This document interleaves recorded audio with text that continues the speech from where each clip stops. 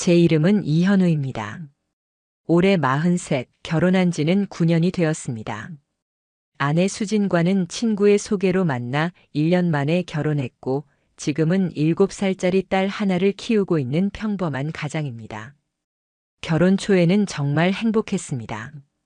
둘이 함께 월세방부터 시작해서 조금씩 돈을 모아 지금은 수도권 아파트에 정착했고 아내는 육아에 전념하면서 저는 직장에 매진했죠. 그런데요, 어느 날부터인가 아내가 조금씩 달라졌습니다. 처음엔 그냥 피곤한 줄 알았습니다.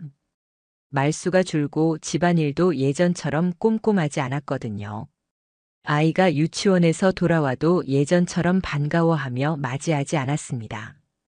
당신 요즘 좀 피곤해 보여. 응, 그냥 잠을 잘 못 자서 그래. 그런 말을 할 땐 항상 시선을 피했습니다. 대답은 했지만 마음은 어디 다른 데 있는 듯한 느낌. 그래도 전 믿었습니다. 결혼 생활이 길어지면 서로에게 익숙해지고 감정이 조금 무뎌질 수도 있는 거라고요. 하지만 이상한 점은 계속 생겨났습니다. 아내는 어느 날부터 갑자기 외모에 신경을 쓰기 시작했습니다. 화장대엔 낯선 화장품들이 하나둘 늘어났고 속옷도 평소에 입지 않던 스타일로 바뀌었죠. 물론 여자로서 스스로를 가꾸는 건 당연하다고 생각합니다. 하지만 그 변화가 너무 갑작스러웠어요. 평소 꾸미는 게 귀찮다며 아이라이너도 잘 안 긋던 사람이 출근길마다 눈꼬리를 세우고 립스틱을 챙기더군요. 그뿐만이 아니었습니다. 이전에는 점심 이후엔 집에 있었는데 요즘은 항상 일정이 있었습니다. 요즘은 모임이 좀 많아. 애 엄마들끼리 수다도 떨고 스트레스도 좀 풀고 와야지. 그 말도 처음엔 그냥 믿었습니다. 아이 유치원에서 만난 엄마들끼리 그런 게 있을 수도 있겠다고요. 하지만 어느 순간부터 그 모임이 너무 잦아지기 시작했습니다. 일주일에 한두 번이던 외출이 이젠 거의 매일처럼 되어갔죠. 하루는 거실에 있던 아내의 핸드폰으로 문자 알림이 여러 번 울렸습니다. 당연히 무심코 보려던 찰나 아내가 소리치듯 말했습니다. 그거 보지 마. 그 반응에 깜짝 놀랐습니다. 사실 문자 알림을 보려고 했던 것도 아니었거든요. 순간 움찔한 듯한 그 눈빛. 뭔가 숨기고 있다는 느낌이 확 와닿았습니다. 왜 그래? 그냥 누구 왔나 했지. 미안, 그냥 깜짝 놀랐어. 그날 이후 아내는 핸드폰을 항상 손에 쥐고 있었습니다. 화장실 갈 때도 샤워하러 들어갈 때도 들고 갔어요. 심지어 아이 앞에서도 핸드폰만 들여다봤습니다. 그걸 보며 이상하다고 생각하면서도 전 스스로를 다독였습니다. 내가 너무 예민한 건 아닐까? 그러다 어느 날 아내가 말했습니다. 다음 주 금요일에 친구들이랑 모임 간다고 했잖아. 그날 1박 하고 올게. 그 말에 잠깐 멍해졌습니다. 결혼 후 단 한 번도 외박한 적 없는 아내였습니다. 아이를 두고 외박을? 그것도 친구들이랑 워크숍이라니요? 모임? 어디서? 강화도 쪽이래. 친구들이 펜션 잡았다고 들었어. 근데 왜 굳이 외박을 해? 당신도 좀 나를 믿어줘. 맨날 애 보고 집에만 있었는데 하루쯤 나 좀 쉬면 안 돼? 그렇게 말하는 아내에게 전 더 이상 말하지 못했습니다. 하지만 마음속에 단단한 불신이 피어오르기 시작했죠. 그날 밤 딸아이가 무심코 이런 말을 했습니다. 오늘 엄마가 아침에 화장실에서 아저씨랑 전화했어. 아저씨? 응. 웃으면서 말했는데 목소리가 달랐어. 순간 등줄기에서 식은땀이 흘렀습니다. 그냥 삼촌 같은 사람이겠지. 일 이야기 했을 수도 있고. 그렇게 웃어넘기려 했지만 속은 이미 천천히 무너지고 있었습니다. 더 이상 모른 척할 수 없었습니다. 그날 이후 저는 아내의 외출 스케줄을 기록하기 시작했습니다. 매번 나간 시간과 돌아온 시간, 핑계로 된 장소, 복장, 행동 모든 걸 메모했습니다. 그리고 결심했죠. 그 외박 당일 직접 확인해 보기로요. 아내는 그날 진짜로 여행 가는 사람처럼 들떠 있었습니다. 새로 산 원피스를 입고 머리를 곱게 말리고 금방 다녀올게라며 미소를 지었습니다. 그래, 잘 다녀와. 저는 아무렇지 않은 척 웃었지만 그녀가 떠나고 현관문이 닫히자마자 손이 떨릴 정도로 긴장되기 시작했습니다. 그날 밤 저는 조용히 차를 몰고 빠르게 강화도로 향했습니다. 진짜로 그녀가 말한 펜션이 있는 곳이죠. 그리고 주차장에 도착한 순간 제 눈에 들어온 차량 한 대. 아내의 차였습니다. 차량 뒷좌석에는 정장 상의를 벗은 남성용 옷이 걸려 있었어요. 그 순간 모든 게 끝났다는 걸 직감했습니다. 그날 저는 차 안에서 한참을 움직이지 못하고 있었습니다. 눈앞에 펼쳐진 건 너무도 분명한 현실이었지만 머릿속은 온통 부정하고 싶은 생각뿐이었습니다. 아내가 정말로 다른 남자와 함께 있다는 걸 직접 내 두 눈으로 확인한 순간이었으니까요. 차량 뒤 유리에 걸려있던 셔츠, 남성용 정장 자켓, 그리고 수진의 가방 옆에 놓여있던 테이크아웃 커피 2잔. 한 잔은 반쯤 비어 있었고 또 한 잔은 빨대가 꽂힌 채 방금 전까지 누군가 마시고 있었던 듯한 흔적이 남아 있었습니다. 그 장면을 목격한 순간 심장이 조여오는 느낌이 들었습니다. 숨도 잘 쉬어지지 않았고 손끝이 떨려 핸들을 제대로 잡을 수가 없었습니다. 그렇게 10분쯤 지났을까요? 펜션 입구 쪽에서 낯선 남성이 모습을 드러냈습니다. 키는 크지 않았지만 다소 말쑥했고 손에는 편의점 봉투를 들고 있었습니다. 그 뒤를 따라 나온 사람은 아내였습니다. 제 아내 수진이 그 남자의 팔을 잡고 자연스럽게 걸어 나오고 있었습니다. 두 사람은 대화를 나누며 웃고 있었고 아내는 머리를 넘기며 익숙한 손길로 그 남자의 팔을 토닥였습니다. 그 순간 모든 것이 선명해졌습니다.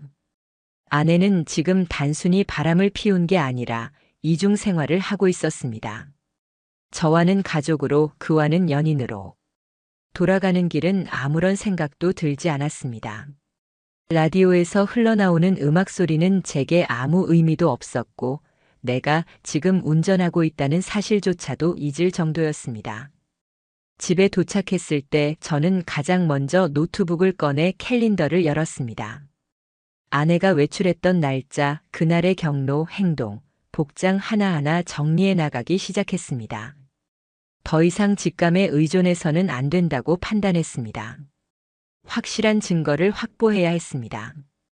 아내가 돌아오기 전까지 어느 정도의 시간이 있었고 그 기간 동안 저는 증거를 준비를 해두기로 했습니다. 그리고 다음 날부터 수진의 차량에 소형 GPS 기기를 부착했습니다. 스마트폰으로 위치를 실시간으로 확인할 수 있는 모델이었죠. 그리고 집 안거실 시계 뒤편에 작은 카메라도 설치했습니다. 우리 부부가 사용하는 거실인데 만일 아내가 전화를 받거나 무심코 흘리는 말에서 단서가 나올 수도 있다고 생각했습니다. 핸드폰은 쉽지 않았습니다. 지문 잠금에 얼굴 인식까지 걸려 있었거든요. 아내가 샤워할 때 화장실에 가져가지 않는 날을 노려야 했습니다. 이틀째 되는 날 밤 기회가 왔습니다. 아내가 급하게 아이를 재운 뒤 샤워하러 들어갔고 핸드폰은 침대 옆에 있었습니다. 심장이 미친 듯이 뛰었지만 떨리는 손으로 잠금 해제를 시도했습니다. 운 좋게도 그날 수지는 잠금 해제를 풀어둔 상태였죠. 가장 먼저 확인한 건 사진첩이었습니다. 최근 삭제된 항목까지 포함해서요. 펜션 내부에서 찍은 사진들이 있었고 그 남성과 나란히 찍은 셀카도 있었습니다. 하지만 얼굴이 보이게 찍힌 건 단 하나뿐이었습니다. 남자는 모자와 마스크를 쓴 상태였지만 눈빛과 자세, 체형만으로도 그가 아까 그 사람이란 걸 알 수 있었습니다. 그 다음으로는 카카오톡 채팅창을 하나씩 열어보았습니다. 그 남자는 장민혁이라는 이름으로 저장되어 있었습니다. 내용을 보는 순간 숨이 턱 막혔습니다. 다음엔 호텔로 가자. 거긴 너무 추웠어. 자기 오늘 화장 완전 예뻤어. 남편한테도 이렇게 하지. 그 인간한텐 미안하지도 않아. 그냥 애 때문에 붙어 있는 거지. 조금만 더 모아서 같이 살자. 우리만의 집에서. 그날 대화만 60줄이 넘었고 그 중에는 사진, 위치 공유, 이모티콘까지 남아 있었습니다. 믿을 수 없었습니다. 내가 함께 살아온 여자가 매일 아침 아이를 깨우며 사랑해라고 말하던 여자가 이런 대화를 하고 있었다는 게. 그리고 그 남자가 누군지 점점 짐작이 가기 시작했습니다. 예전에 아내가 몇 번 언급했던 사람, 같은 헬스장에서 운동한다던 이름. 장민혁. 그 사람은 단순한 상대가 아니라 꽤 오래 전부터 수진 곁에 있었던 인물이었습니다. 그날 이후 저는 회사에 휴가를 내고 본격적으로 움직이기 시작했습니다. 첫째는 GPS 기록을 수집하는 일이었습니다. 수진은 일주일에 3번 이상 같은 장소를 방문하고 있었고 그 위치는 우리 집에서 멀지 않은 고급 오피스텔이었습니다. 둘째는 사진 자료 정리. 핸드폰에서 확보한 사진 외에도 위치 기반 SNS에서 수진의 활동 기록을 추적했습니다. 그녀는 친구만 공개로 사진을 올려두었지만 과거에 연결됐던 계정을 통해 몇몇 사진을 볼 수 있었습니다. 남자와 찍힌 그림자 사진, 차 안에서의 손 사진, 그리고 가끔 올라오는 의심스러운 문구들. 오늘은 좀 미안한 날. 하지만 더 사랑한 날. 함께 있음으로 숨이 쉬어지는 유일한 사람. 그 글귀들이 하나같이 날 향한 말이 아니라는 걸 이제는 알 수 있었습니다. 아내는 여전히 아무것도 모른다는 듯 행동했습니다. 아침이면 조심히 다녀와라고 말했고 저녁이면 웃는 얼굴로 식사를 차렸습니다. 하지만 저는 이제 그 웃음 뒤에 있는 완벽한 거짓말을 알고 있었습니다. 내가 이 사람과 함께 살아온 9년이 이렇게 끝나는 건가? 그 생각을 하니 속이 문드러졌습니다. 이대로는 안 되겠다고 다짐했습니다. 이제는 행동할 때가 된 거였습니다. 그날은 평일이었습니다. 아내는 평소처럼 아침밥을 차리고 아이 도시락을 챙기며 말했죠. 오늘은 운동 끝나고 친구랑 점심 약속 있어. 오후엔 늦을 수도 있어. 그래. 조심히 다녀와. 전 고개를 끄덕이며 평소와 다름없는 표정을 지었습니다. 하지만 속으론 모든 동선이 머릿속에 그려져 있었습니다. 그녀가 운동을 가지 않을 거라는 것도, 점심은 친구가 아닌 다른 사람과 먹을 거라는 것도, 그리고 오후에 어딘가로 사라질 거라는 것도요. 아내가 현관문을 나서고 나서 10분쯤 후 저는 조용히 움직였습니다. 아내의 차량이 향하는 방향과 도착 시간을 실시간으로 확인하며 그녀의 목적지를 미리 예측한 뒤 도보로 이동할 수 있는 거리에 차를 세워두고 근처 카페로 들어가 노트북을 켰습니다. 위치는 오피스텔. 그녀가 지난 한 달간 반복적으로 드나들던 장소였습니다. 어제도 그제도 그 전주에도 모두 같은 장소. 카페 창가 자리에서 오피스텔 입구가 보이는 방향을 택했습니다. 조금 있자 수진이 등장했습니다. 헐렁한 트레이닝복을 입고 운동 후인 척 모자를 눌러쓴 채 나타났습니다. 그녀는 주위를 둘러보더니 아무런 망설임 없이 공동현관 비밀번호를 눌러 안으로 들어갔습니다. 카드키가 아니라 암기한 번호로요. 이곳이 처음이 아니라는 뜻이겠지요. 20분쯤 지나 제가 의심하던 남자 장민혁이 모습을 드러냈습니다. 간편한 슬리퍼에 반팔티, 손엔 아내가 가져온 것으로 보이는 커피. 그는 문을 열고 아내를 마중 나왔습니다. 그리고 문이 닫히기 직전 둘은 서로의 허리를 감싸 안더군요. 그 장면을 보는 순간 제 눈앞에 있던 커피잔이 덜덜 떨릴 정도로 손에 힘이 들어갔습니다. 심장이 뛰는 게 아니라 머릿속에 뜨거운 피가 역류하는 기분이었고 어디선가 그만해. 여기서 멈춰라는 속삭임과 지금 이딸 들어가서 끝장을 바라는 외침이 동시에 들려왔습니다. 하지만 저는 들어가지 않았습니다. 차갑게 이성을 붙잡고 핸드폰 카메라를 켰습니다. 입구에서 나란히 손을 잡고 웃는 모습. 현관 비밀번호를 누르는 수진의 손. 민혁의 팔에 기댄 수진의 얼굴. 그리고 애정 장면. 그 모든 순간을 영상과 사진으로 남겼습니다. 모든 것을 끝낼 결정적인 증거가 될 장면들이었죠. 그날 밤 아내는 아무 일 없다는 듯 집에 들어왔습니다. 그녀의 얼굴엔 피로가 묻어 있었고 아이는 잠들어 있었습니다. 운동 힘들었어? 응. 근육통이 좀 있네. 당신은 오늘 어땠어? 괜찮았지. 집안일 정리하고 시간 보냈어. 그렇게 아무렇지 않은 대화가 오갔지만 그 순간 제 안에서는 모든 것이 끝났다는 확신이 들었습니다. 더 이상은 이 사람과 같은 공간에서 숨 쉬는 것조차 제 양심에 대한 모욕이었으니까요. 다음 날 아내가 아이를 유치원에 데려다 주러 나간 사이 저는 그녀의 노트북과 태블릿, 핸드폰 백업 데이터를 모두 정리했습니다. 아이클라우드와 구글 포토에 남겨져 있던 여행지 사진, 영상, 음성 메모, 그리고 삭제된 메시지까지 복구했습니다. 우리 이대로 살아도 될까? 미안해, 자꾸 내 남편 생각나서 찝찝했는데 이제 괜찮아. 그녀가 보낸 문자였습니다. 아내는 죄책감 따윈 없었습니다. 단지 불편함이 있었을 뿐이죠. 그리고 그 불편함조차 민혁이 달래준다는 대화가 이어졌습니다. 그들에겐 저라는 존재는 그냥 이혼 타이밍을 고민하게 만드는 귀찮은 존재에 불과했던 겁니다. 그 주말 전 마지막 확인을 위해 민혁의 직장을 찾아갔습니다.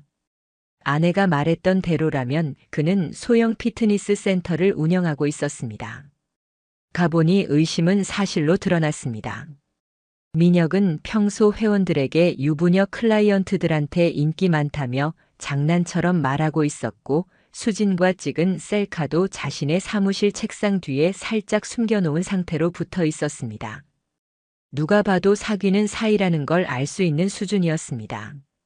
심지어 두 사람이 여행 간 뒤 찍힌 인증샷도 센터 인스타그램에 가려서 올라와 있었더군요. 풍경 사진 뒤 그림자 실루엣. 그건 제 결혼 사진 속 수진의 실루엣과 똑같았습니다. 그날 밤 저는 아내를 마주 앉혔습니다. 조용히 노트북을 켰고 하나하나 사진을 보여주기 시작했습니다. 현관 CCTV 영상, 펜션 장면, 장민혁과 나눈 대화 복원 기록, 오피스텔 출입 로그, 호텔 예약 내역, 아이와 있을 때조차 몰래 전화하던 녹음 파일. 그녀는 처음엔 아무 말도 하지 않았습니다. 그저 입술을 앙다물고 숨을 쉬지 못하는 얼굴이었죠. 언제부터야? 언제부터였냐고. 1년 정도 됐어. 왜? 당신은 나한테 관심 없었잖아. 맨날 일에만 빠져서 내가 뭘 원하는지도 뭘 두려워하는지도 몰랐잖아. 그녀의 변명은 제가 예상했던 것보다 훨씬 초라했습니다. 그건 불륜의 이유가 될 수 없다고 더는 설명하지 말라고 조용히 말했습니다. 그날 밤 아내는 아이 방에서 잠을 잤고 전 한참을 침대에 앉아 있었습니다. 어떻게 이 상황을 마무리할 것인지, 법적 절차는 어떤 순서로 밟을 것인지, 아이에겐 어떻게 설명해야 할 것인지. 그 모든 게 머릿속을 떠나지 않았습니다. 그리고 결심했습니다. 이건 단순한 배신이 아닙니다. 이건 계획된 기만입니다. 그에 걸맞는 방식으로 돌아가야 한다고요. 다음 날 아침 저는 아내에게 말을 꺼냈습니다. 오늘부터 각자 방 쓰자. 앞으로는 부부로서의 일상은 없다. 그녀는 묵묵히 고개만 끄덕였습니다. 그리고 아이가 깨기 전까지 단 한마디도 하지 않았습니다. 하지만 저는 알고 있었습니다. 그녀는 이제 스스로도 감당할 수 없을 만큼의 파국 속으로 걸어 들어왔다는 걸요. 첫 번째로 움직인 건 변호사 상담이었습니다. 인터넷으로 여러 법무법인을 검토하고 상간 소송과 이혼 전문으로 평가가 높은 곳에 예약을 잡았습니다. 면담 당일 저는 증거 자료를 모두 정리해 USB로 제출했습니다. 펜션과 오피스텔 출입 영상, 카카오톡 메시지 백업, 호텔 영수증과 예약 내역, 민혁의 직장 정보, 그리고 결정적으로 두 사람의 얼굴이 함께 나온 사진. 변호사는 자료를 조용히 검토한 후 말했습니다. 이 정도면 매우 강력한 소송이 가능합니다. 특히 상대 남성이 유부녀인 걸 알면서 관계를 지속했고 주기적으로 만남을 가졌다는 점에서 법원은 위자료 청구를 받아들일 확률이 높습니다. 이혼 절차는 어떻게 진행하죠? 상대가 유책 배우자이기 때문에 협의 이혼은 필요 없습니다. 바로 재판으로 가는 게 더 유리하죠. 자녀 양육권도 현재 정황으로 봐선 남편 쪽이 훨씬 유리합니다. 저는 고개를 끄덕였습니다. 가장 중요한 건 제 딸입니다. 집으로 돌아오자마자 노트북 앞에 앉았습니다. 그리고 아내 앞으로 조심스럽게 이메일을 보냈습니다. 제목 변호사 상담 결과 공유. 우리 이혼하자. 나는 더 이상 이 결혼 생활을 유지할 이유도 감정도 남아있지 않아. 변호사 상담했고 모든 자료는 준비되어 있어. 내가 먼저 민혁과의 관계를 정리하고 딸을 중심에 두고 남은 시간을 조용히 마무리하는 게 좋을 거야. 그게 아니라면 법원에서 보자. 보내기 버튼을 누르고 난 뒤 속이 뻥 뚫리는 느낌이 들었습니다. 물론 그게 평온함은 아니었습니다. 하지만 내가 아무것도 하지 못한 채 속고 있지만은 않았다는 차가운 위로 같은 거였죠. 그날 밤 아내는 제게 말을 걸어오지 않았습니다. 대신 문 쪽에서 들려오는 울음소리를 한참 동안 듣고 있었습니다. 하지만 전 위로하지 않았습니다. 그녀의 눈물이 진심이든 아니든 그건 저에겐 아무 의미가 없었기 때문입니다. 며칠 후 변호사의 권유에 따라 민혁의 주거지 및 사업장 출입 영상을 수집하기 위해 전문업체를 통해 사설 탐정을 의뢰했습니다. 생각보다 일이 빨랐습니다. 단 4일 만에 그놈에 대한 정보를 파악할 수 있었습니다. 그리고 그 남자가 과거에도 유부녀와의 관계로 상간소송에 휘말린 적이 있다는 진술까지 확보되었습니다. 그 순간 제 분노는 감정을 넘어서 행동의 확신으로 바뀌었습니다. 이제 준비는 모두 끝났습니다. 이혼 소장과 함께 상간소송 대상자 장민혁에 대한 소장도 같이 법원에 접수했습니다. 상대방에게는 예고 없이 송달이 갈 것이고 그 순간부터는 피해자인 척할 여지도 없게 될 것입니다. 그런데 소장이 접수되고 정확히 이틀 뒤 그놈에게서 직접 연락이 왔습니다. 처음엔 모르는 번호였고 받지 않으려 했지만 저는 그가 어떤 표정을 하고 어떤 목소리로 전화했을지 궁금했습니다. 여보세요? 이현우 씨 맞으시죠? 혹시 그 수진이 일 때문에 그러시는 거면 오해가 있으신 것 같아서. 어떤 오해죠? 호텔 들어가는 장면, 팔짱 끼고 애정행각 펼치는 영상. 그게 오해입니까? 상대는 말문이 막힌 듯 조용해졌고 곧 말을 더듬으며 말했습니다. 그게 수진 씨가 결혼 생활이 사실상 파탄났다고 남편분이 거의 따로 살다시피 한다고 했거든요. 저는 웃음이 나올 뻔했습니다. 아이랑 같이 사는 남편이 따로 산다는 소리를 믿었어요. 법정에서 그 얘기 꼭 다시 해주세요. 판사님도 궁금해하실 테니까. 그리고 전 조용히 전화를 끊었습니다. 수지는 그날 이후 제게 직접 사과하거나 설명을 하려 들지 않았습니다. 다만 이메일로 딸 양육권은 자신이 가져가고 싶다며 내용 증명을 보냈을 뿐이었습니다. 하지만 이미 저는 모든 준비를 끝내고 있었습니다. 딸과의 평소 관계, 등하원 기록, 급식 준비, 학교 행사 참여 사진들 모두 제가 직접 했던 것들. 수지는 그걸 몰랐던 겁니다. 아버지로서의 역할을 저는 단 한순간도 게을리한 적이 없었다는 걸요. 4주 후 첫 재판이 열렸습니다. 수지는 말을 아꼈고 민혁은 나오지 않았습니다.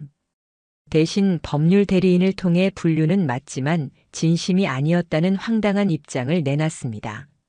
하지만 이미 모든 자료가 준비되어 있었고 재판부는 즉시 다음 심리를 지정하며 증거 영상 일부를 검토하겠다고 밝혔습니다. 그들은 이제부터 저지른 일에 대한 정당한 책임을 지게 될 것입니다. 재판은 총 3번의 심리로 마무리되었습니다. 첫 번째는 불륜 사실 인정과 영상 증거 제출, 두 번째는 민혁 측의 반론과 수진의 진술, 그리고 세 번째 판결 선고일이었습니다. 법정에 들어가기 전까지 제 손은 땀이 나고 있었습니다. 하지만 저는 스스로에게 되뇌었습니다. 이건 감정이 아닌 원칙이다.